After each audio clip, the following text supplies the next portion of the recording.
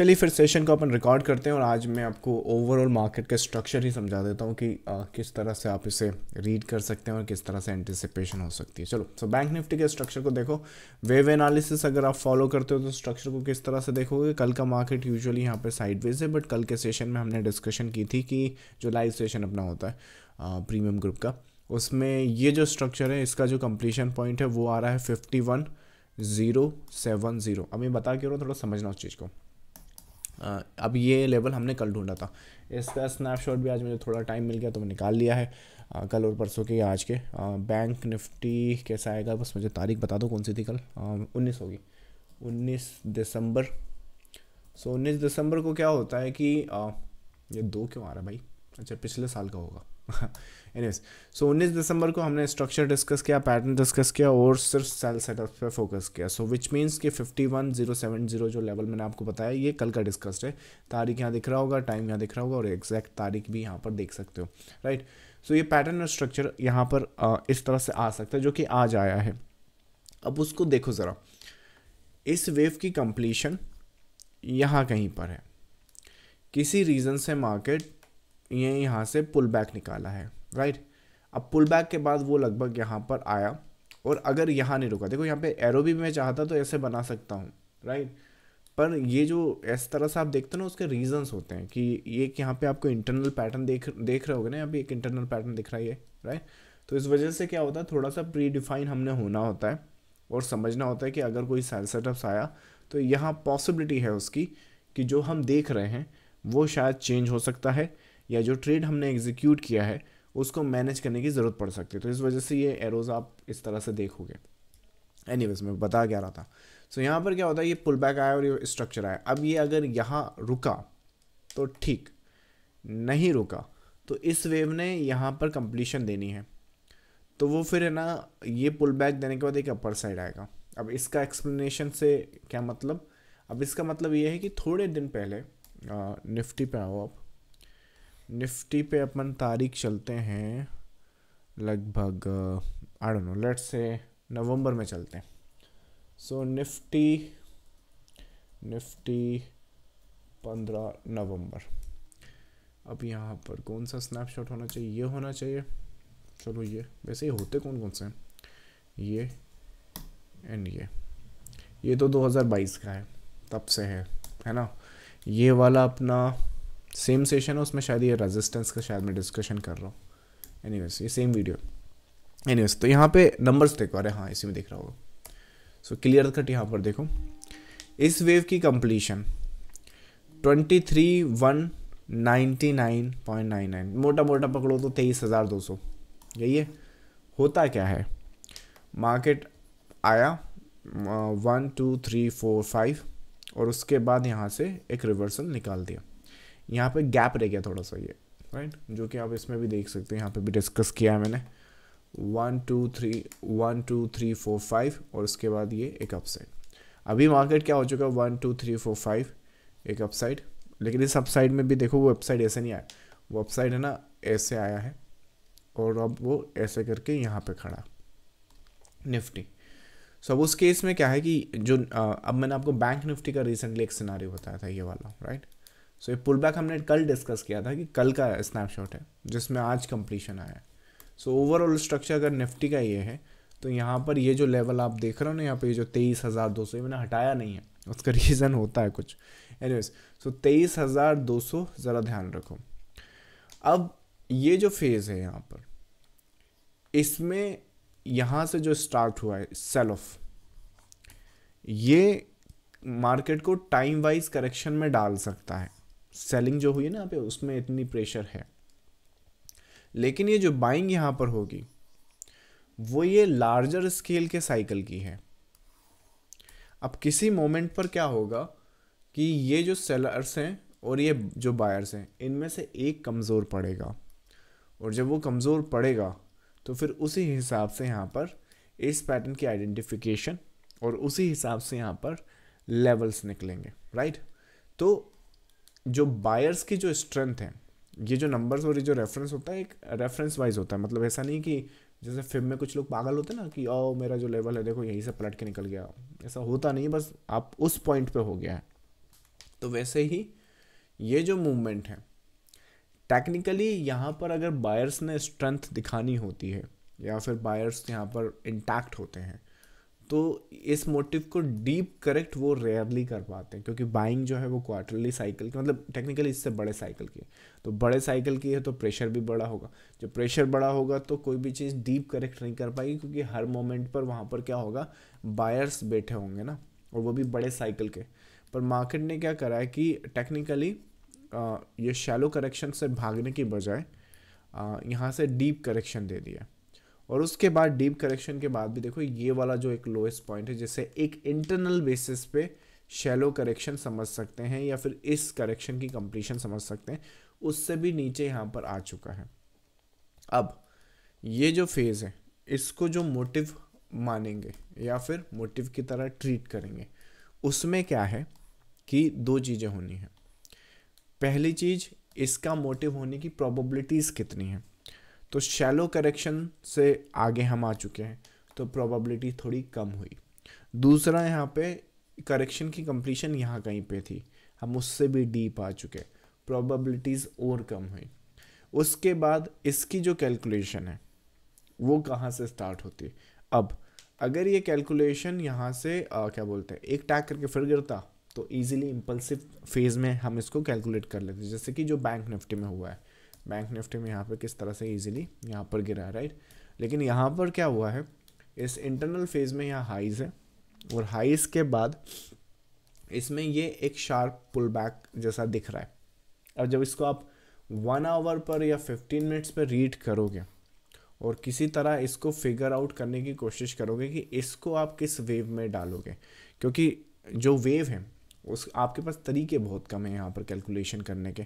अगर आप इसे लीडिंग डायगोनल में डालोगे, लीडिंग डायगोनल में मतलब कि जो लीड करता है लाइक नेक्स्ट मूवमेंट को, तो कैसे डालोगे, तो यहाँ पे 1, फिर आपका ये 2, फिर आपका मे बी 3, पर इस 3 में दिक्कत क्या है, ये तो इसके नीचे गया ही नहीं, तो ये 3 कैसे हो सकता है, तो नीचे गया कौन है, ये वेव।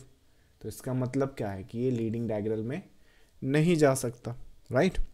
तो फिर उसमें कैसे डालेंगे, फिर उस केस में क्या करेंगे कि यहाँ पर मोटिव हमें ढूंढना पड़ेगा।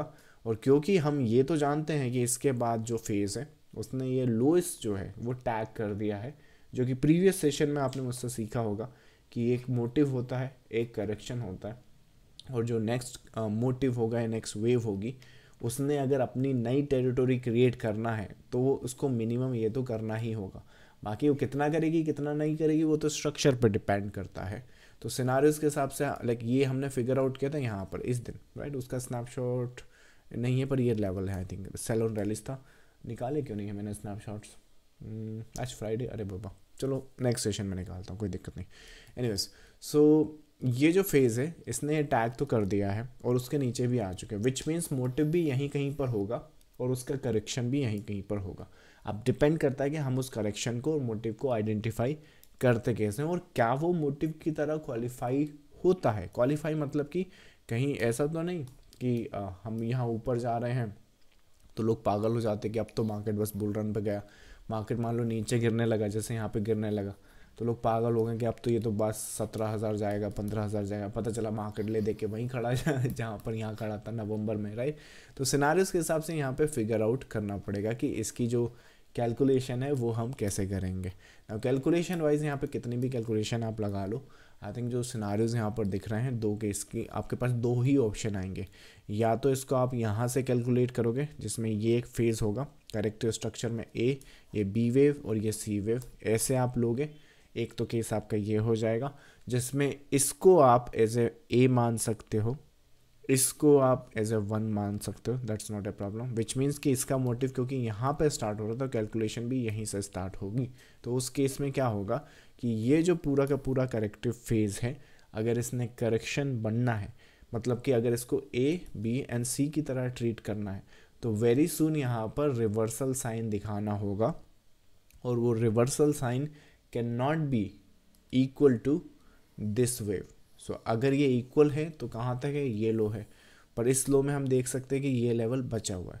सो दैट मीन्स कि यहाँ पर जो सिनारियोज है इसकी करेक्शन की प्रोबेबिलिटीज़ लोअर साइड पे बन जाती है। उस तरह के केसेस में हम क्या करते हैं, हम यूजुअली कंजर्वेटिव अप्रोच रखते हैं, विच मीन्स कि इसमें कैलकुलेशन हमने ए, बी एंड सी की रखनी है। सी वेव में हमने यूजुअली 5 वेव ढूंढनी है, 1 2 3 4 5। 5 वेव में यहाँ पर एक्सटेंशंस आ सकते हैं, दैट्स नॉट अ प्रॉब्लम, 1 2 3 4 मोबी एंड द 5।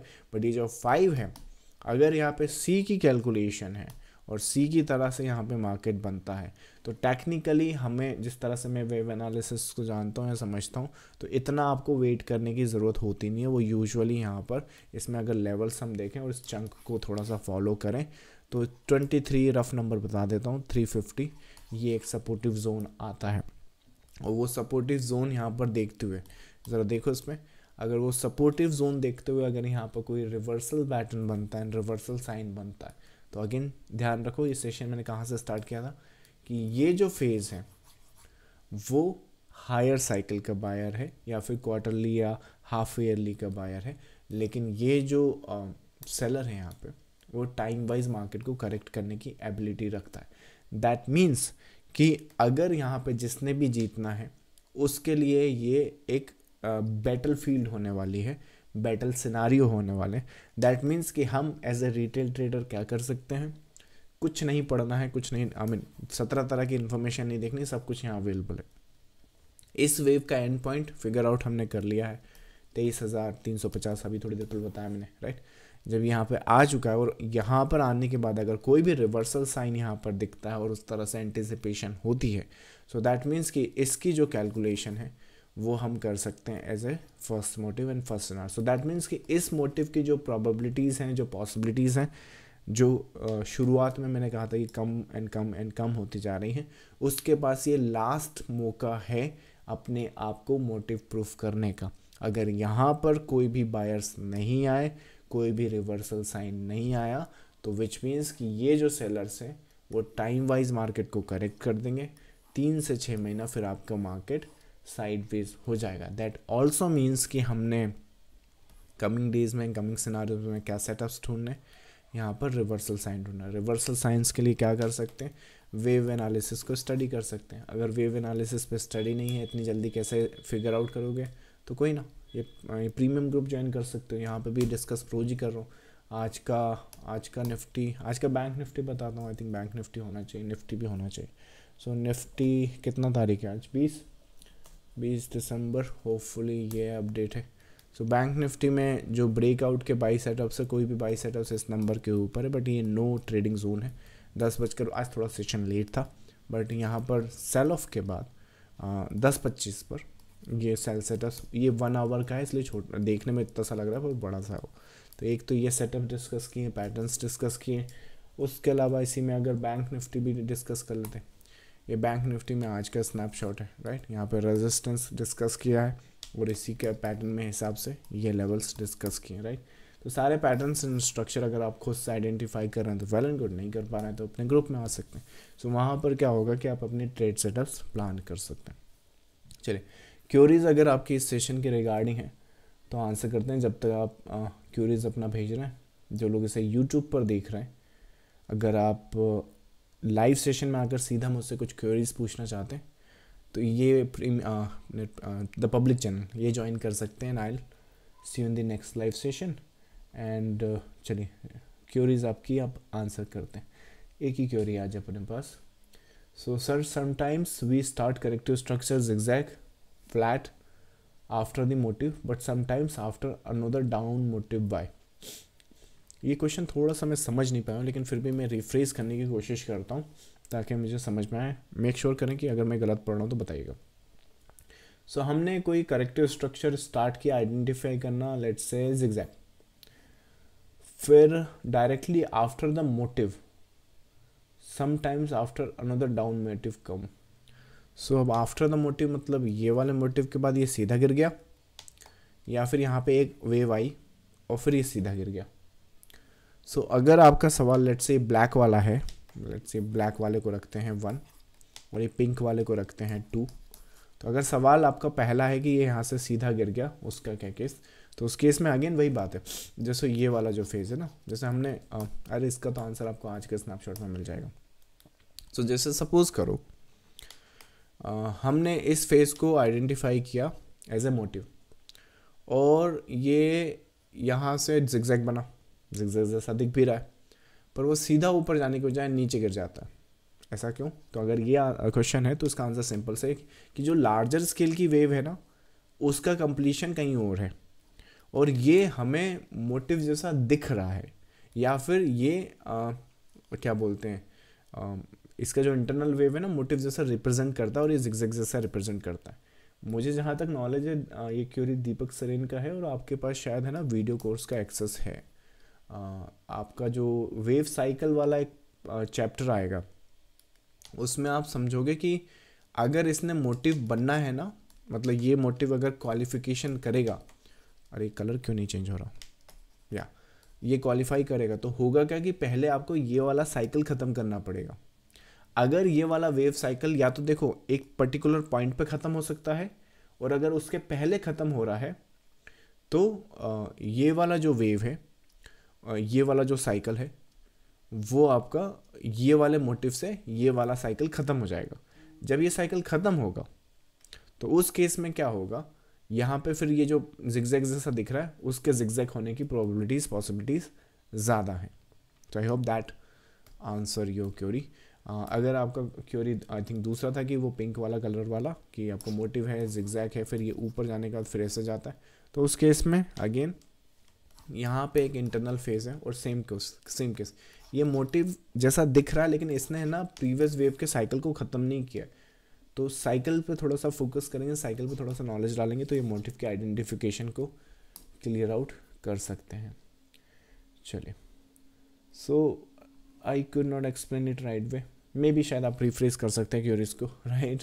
सो वो एक एक्सप्लेनेशन बन सकता है वहाँ पर। चलिए, so thank you so much for joining the live session guys. आज वीकेंड से spend time with your friends and family, and I will see you in the next live session. Thank you so much. Bye bye.